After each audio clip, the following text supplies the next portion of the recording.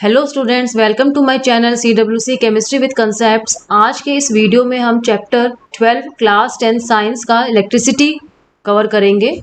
Electricity होती क्या है, किस चीज़ को हम इलेक्ट्रिसिटी बोलेंगे, इलेक्ट्रिसिटी कब फ्लो करेगी, क्यों फ्लो करेगी और इसके फ्लो करने पे होता क्या है, इसके बारे में हम आज इस चैप्टर में पढ़ेंगे। इलेक्ट्रिसिटी के बिना आज जो जीवन है हमारा, उसको अज्यूम करना बहुत मुश्किल है। हम किसी न किसी फॉर्म में इलेक्ट्रिसिटी अपने चारों तरफ देखते हैं। डेली लाइफ जो है वो इसके बिना इम्पॉसिबल है। चाहे AC, fridge, TV, cooler, computer, जो भी हम अप्लायंसेस यूज़ करते हैं, सब में इलेक्ट्रिसिटी जो है किसी न किसी फॉर्म में हमें देखने को मिलती है। इलेक्ट्रिसिटी जो है वो प्रोड्यूस कैसे होती है, या पार्टिकल्स रिस्पॉन्सिबल हैं इलेक्ट्रिसिटी प्रोड्यूस करने के लिए, उसके लिए हमें चार्ज की नॉलेज होनी ज़रूरी है। जब हमने एटॉमिक स्ट्रक्चर पढ़ा था, हमने देखा था कि जो एटम होता है उसके बीच में एक न्यूक्लियस होता है। न्यूक्लियस में न्यूट्रॉन्स और प्रोटॉन्स प्रेजेंट होते हैं। प्रोटॉन्स जो होते हैं वो पॉजिटिवली चार्ज होते हैं और न्यूक्लियस के बाहर का जो पोर्शन होता है उसमें इलेक्ट्रॉन्स प्रेजेंट होते हैं जिन पे नेगेटिव चार्ज होता है। प्रोटॉन्स पे पॉजिटिव चार्ज, इलेक्ट्रॉन्स पे नेगेटिव चार्ज और न्यूट्रॉन जो होते हैं वो न्यूट्रल, उन पे कोई चार्ज नहीं होता। लाइक चार्जेस प्लस और प्लस, प्रोटॉन और प्रोटॉन के चार्ज, इलेक्ट्रॉन ये आपस में रिपेल करते हैं, एक दूसरे से दूर जाते हैं। और अनलाइक चार्जेस जो होते हैं वो अट्रैक्ट करते हैं, प्लस माइनस जो होगा। इलेक्ट्रॉन जो है हमेशा प्रोटॉन को, या प्रोटॉन जो होगा हमेशा इलेक्ट्रॉन को अट्रैक्ट करेगा। या मटेरियल्स जो हमारे चारों तरफ देखने को मिलते हैं, क्या वो सारे मटेरियल्स जो हैं इलेक्ट्रिसिटी कंडक्ट करते हैं? तो इसका आंसर है नो। जो मटेरियल्स इलेक्ट्रिसिटी कंडक्ट करते हैं उनको हम कंडक्टर्स कहते हैं। जितने भी मेटल्स प्रेजेंट हैं अर्थ पे, सारे मेटल्स जो हैं they are good conductors of electricity, क्योंकि मेटल्स के अंदर जो हैं इलेक्ट्रॉन्स और प्रोटॉन्स जो होते हैं वो मूव कर सकते हैं। इलेक्ट्रॉन और प्रोटॉन जो होते हैं वो मूव कर सकते हैं मेटल के अंदर। जबकि इंसुलेटर जो होते हैं they are bad conductor of electricity, उनके अंदर इलेक्ट्रॉन्स और प्रोटॉन्स जो होते हैं वो फ्री नहीं होते हैं मूव करने के लिए, इसलिए वो इलेक्ट्रिसिटी कंडक्ट नहीं कर सकते हैं। सारे मेटल्स, एल्युमिनियम, आयरन, कॉपर, ये गुड कंडक्टर्स हैं। और जो इंसुलेटर्स हैं जिनमें प्लास्टिक और वुड आते हैं, ये हमारे बैड कंडक्टर ऑफ इलेक्ट्रिसिटी हैं। इलेक्ट्रिक करंट हम किसे कहेंगे? Flow of electric charge is known as electric current. अभी हमने कंडक्टर की बात की है। एक वायर का टुकड़ा जो होता है वो एक कंडक्टर की तरह काम करता है। जितने भी मेटल्स हैं उनके वायर जो होते हैं they are good conductor of electricity. Conductors जो होते हैं, मेटल्स जो होते हैं, उनके अंदर इलेक्ट्रॉन्स प्रेजेंट होते हैं, हमने अभी भी डिस्कस किया है। ये इलेक्ट्रॉन्स जो होते हैं उनका डायरेक्शन जो होता है मूवमेंट का, वो रैंडम डायरेक्शन होता है। कोई इलेक्ट्रॉन इस तरफ मूव कर रहा है, कोई इस तरफ मूव कर रहा है, कोई इस तरफ मूव कर रहा है। जब ये सारे इलेक्ट्रॉन्स एक पर्टिकुलर डायरेक्शन में मूव करना शुरू कर देते हैं तो उसको हम इलेक्ट्रिक करंट कहते हैं। इलेक्ट्रिक करंट को दिखाने के लिए जो लेटर हम काम में लेते हैं वो I होता है। I is equal to electric current. Charge Q से डिनोट करते हैं और T जो है टाइम। तो इलेक्ट्रिक करंट को हम डिफाइन कर सकते हैं, फ्लो ऑफ इलेक्ट्रिक चार्ज, एक पर्टिकुलर वायर में से कितना चार्ज फ्लो हो रहा है एक पर्टिकुलर टाइम में, उसको हम करंट कहते हैं। चार्ज जो होता है उसकी यूनिट जो है वो कूलम्ब होती है और टाइम को हम सेकंड में मेजर करते हैं। तो करंट की यूनिट हो जाएगी कूलम्ब अपॉन सेकंड या कूलम्ब पर सेकंड, जिसे हम एम्पियर भी कहते हैं। एम्पियर को हम A लिखते हैं, तो I की यूनिट हो गई एम्पियर। अब हमने इलेक्ट्रॉन्स की बात कर ली। इलेक्ट्रॉन्स के अंदर कितना चार्ज होता है वो हम देख लेते हैं। इलेक्ट्रॉन जो होते हैं हमने देखा है वो नेगेटिवली चार्ज होते हैं। प्रोटॉन्स जो होते हैं वो पॉजिटिवली चार्ज होते हैं। एक इलेक्ट्रॉन के ऊपर जो होता है 1.6 × 10⁻⁻19 कूलम चार्ज होता है। चार्ज को निकालने के लिए हम फॉर्मूला यूज करते हैं Q is equal to NE, जहाँ N जो है नंबर ऑफ इलेक्ट्रॉन्स हैं, Q हमारा जो चार्ज निकालना है वो होता है, E जो है एक इलेक्ट्रॉन पे चार्ज जो होता है वो होता है 1 कूलम की वैल्यू हम निकाल रहे हैं तो Q की जगह हम 1 पुट कर देंगे। N हमें निकालना है कितने इलेक्ट्रॉन्स हैं, E की जगह हम लिख देंगे 1.6 × 10⁻⁻19। N की वैल्यू हमें निकालनी है तो N की वैल्यू निकल आएगी, नंबर ऑफ इलेक्ट्रॉन्स होते हैं N, 1/1.6 × 10⁻⁻19 को जब हम सॉल्व करेंगे तो ये वैल्यू हमारी आ जाएगी 6.25 × 10⁻18 इलेक्ट्रॉन्स हमारा ये आ जाएगा इसको सॉल्व करने पे। तो इसका मतलब एक कूलम जो चार्ज होता है उसके अंदर 6.25 × 10⁻18 इलेक्ट्रॉन्स प्रेजेंट होते हैं। इलेक्ट्रिक करंट की SI यूनिट मैंने आपको बता दी, ये एम्पियर होती है। इलेक्ट्रिक करंट को जो है मेजर करने का इंस्ट्रूमेंट जो होता है उसको हम एमीटर कहते हैं। इसको जनरली इस तरह से डिनोट करते हैं और बीच में ए लिख देते हैं। एमीटर जो होता है, अगर कोई सर्किट की बात हम कर रहे हैं, आगे हम सर्किट पढ़ेंगे। एमीटर जो होता है हमेशा जिस भी अप्लायंस को, जिस भी इंस्ट्रूमेंट को लेकर सर्किट बनाया गया है उसके सीरीज में जोड़ते हैं इसको। इलेक्ट्रिक करंट को मेजर करने वाले इंस्ट्रूमेंट को हम एमीटर कहते हैं। एमीटर जो है हमेशा जिस अप्लायंसेस के साथ में हमने सर्किट को कंस्टिट्यूट किया है उसके सीरीज में लगाया जाता है। एमीटर का रेजिस्टेंस जो है वो लो होता है। अगर इलेक्ट्रॉन की फ्लो का डायरेक्शन हमारा ये है, लेफ्ट टू राइट है, तो इलेक्ट्रिक करंट का डायरेक्शन जो हमारा राइट टू लेफ्ट होगा। इस चीज़ को बच्चों ध्यान रखेंगे। इलेक्ट्रिक करंट जो है हमेशा इलेक्ट्रॉन के डायरेक्शन के अपोजिट में फ्लो करता है, या फिर हम कह सकते हैं कि पॉजिटिव डायरेक्शन जो होता है प्रोटॉन्स के डायरेक्शन में फ्लो करता है। एक ही चीज़ को हम दो तरीके से कह सकते हैं। इलेक्ट्रिक करंट का डायरेक्शन जो होता है इलेक्ट्रॉन के डायरेक्शन जो होता है फ्लो का उससे अपोजिट होता है, या फिर प्रोटॉन के फ्लो का डायरेक्शन जो होता है उसके डायरेक्शन में ही होता है। नेगेटिव जो है इलेक्ट्रॉन को डिनोट कर रहा है, पॉजिटिव जो है प्रोटॉन को डिनोट कर रहा है। ये मैंने डायरेक्शन बताया है। करंट जो है उसका डायरेक्शन जो है प्रोटॉन के डायरेक्शन की सिमिलर है, और करंट का डायरेक्शन जो है इलेक्ट्रॉन के डायरेक्शन के अपोजिट है। ये एरो जो है इलेक्ट्रॉन का डायरेक्शन शो कर रही है, और ये बड़ी वाली जो एरो है वो करंट का डायरेक्शन शो कर रही है। इंसुलेटर के बारे में मैंने पहले ही आपको बता दिया कि इंसुलेटर जो होता है उसके अंदर से करंट फ्लो नहीं होता है, क्योंकि इलेक्ट्रॉन्स जो होते हैं, प्रोटॉन्स जो होते हैं वो फिक्स होते हैं अपनी पोजीशन पर। नेक्स्ट जो है पोटेंशियल डिफरेंस। पोटेंशियल डिफरेंस होता क्या है उसके समझाने के लिए हम एक एग्जांपल ले लेते हैं। मान लीजिए अपने पास में एक टैंक है पानी का भरा हुआ। उस टैंक को मैंने दूसरे टैंक से कनेक्ट कर दिया, उसमें भी पानी भर सकते हैं हम। दोनों के बीच में एक पाइप जुड़ा हुआ है। अगर दोनों का लेवल सेम है तो हम देखेंगे कि पानी जो है वो ए और बी टैंक में से कहीं से भी किधर भी फ्लो नहीं होगा, क्योंकि दोनों का लेवल वाटर का सेम है। अगर मैं यही एक्सपेरिमेंट जो है ए का लेवल जो बढ़ा देती हूँ और बी का लेवल जो है थोड़ा कम कर देती हूँ, उस समय हम देखेंगे कि पानी जो है एक टैंक से बी टैंक में फ्लो करेगा। तो हमने जो है पानी के लेवल में एक डिफरेंस क्रिएट कर दिया है, और उस डिफरेंस के कारण ही जो है पानी हमारा ए से बी की तरफ फ्लो करना शुरू कर देता है। ये डिफरेंस जो है लेवल ए और बी के बीच में, ये डिफरेंस जो है पानी के लेवल का, ये रिस्पॉन्सिबल है पानी के मूवमेंट के लिए ए से बी तक। इसी तरह से मैंने जब आपको कंडक्टर के बारे में बताया था, मैंने आपसे कहा था कंडक्टर जो होते हैं उनके अंदर इलेक्ट्रॉन्स प्रेजेंट होते हैं, और इलेक्ट्रॉन जो है हर इलेक्ट्रॉन अपने हिसाब से मूव करता रहता है।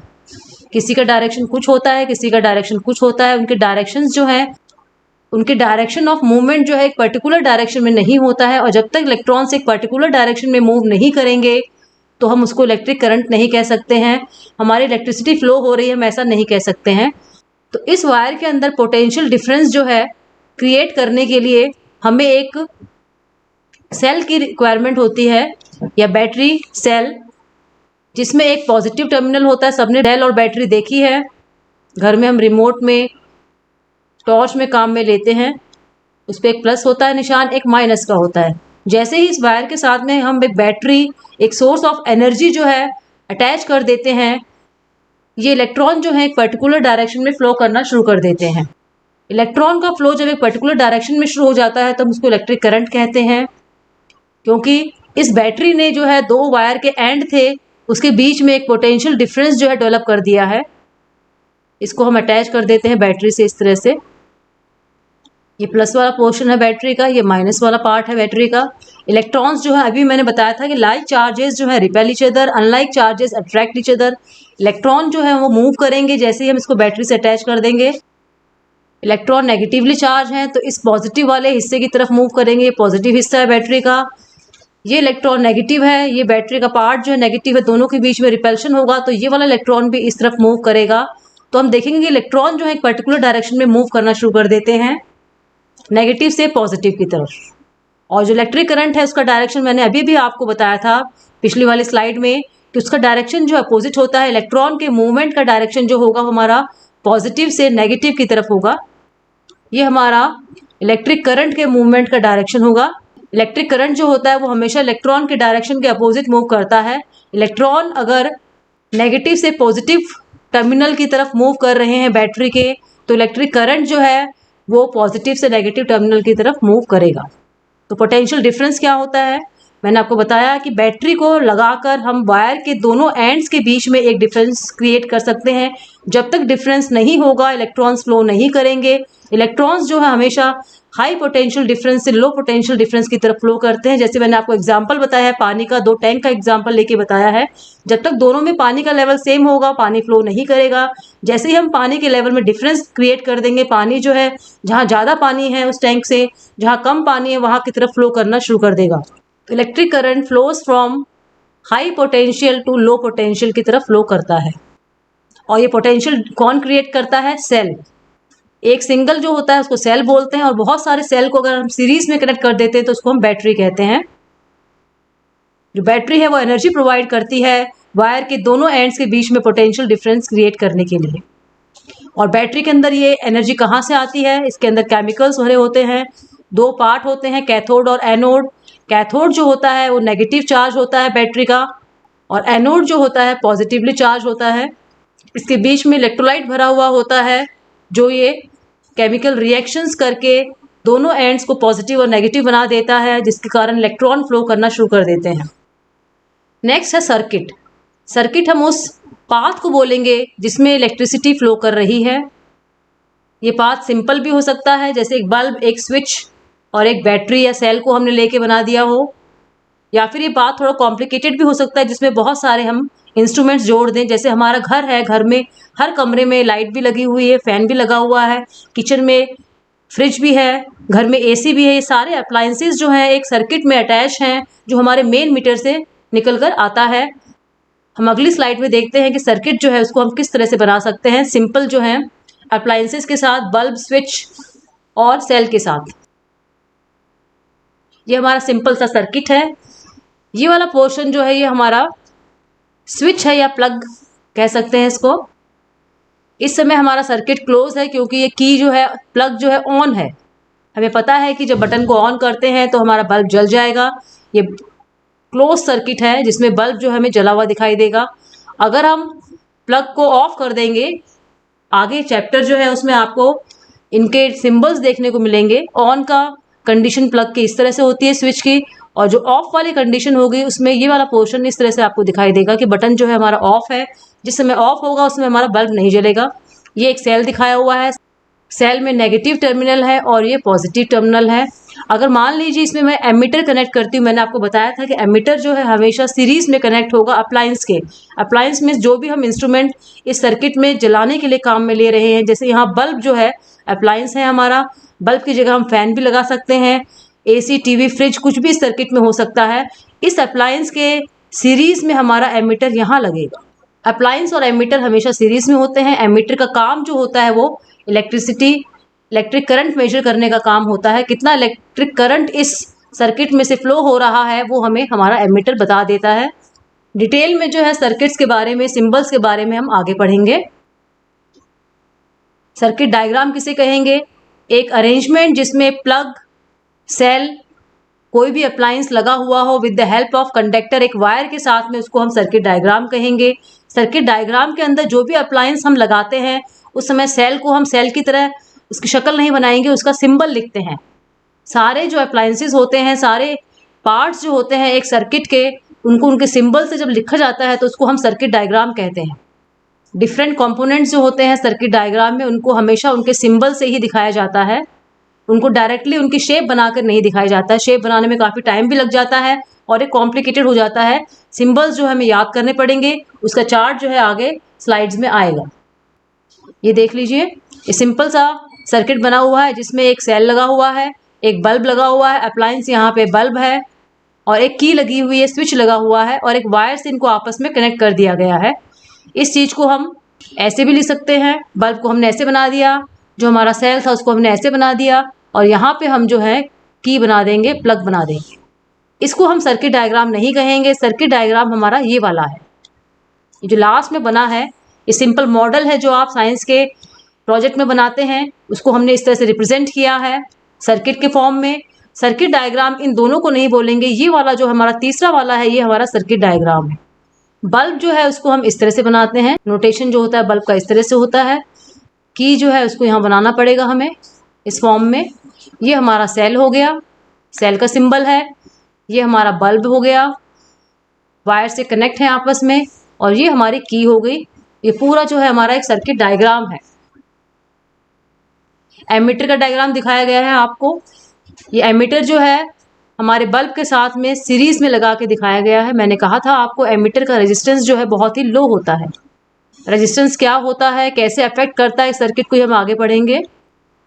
अब तक आपको ध्यान में आ गया होगा, ये हमारा जो है सेल है, ये हमारा की या प्लग है, ये हमारा एमीटर है और ये हमारा बल्ब है। इसको हम एक सर्किट डायग्राम कह सकते हैं। ये हमारा सर्किट डायग्राम है। एमीटर में आपको दो टर्मिनल दिखाई दे रहे हैं। एक ये पॉजिटिव है, यहाँ नीचे लिखा हुआ है पॉजिटिव टर्मिनल, और ये वाला नेगेटिव टर्मिनल है।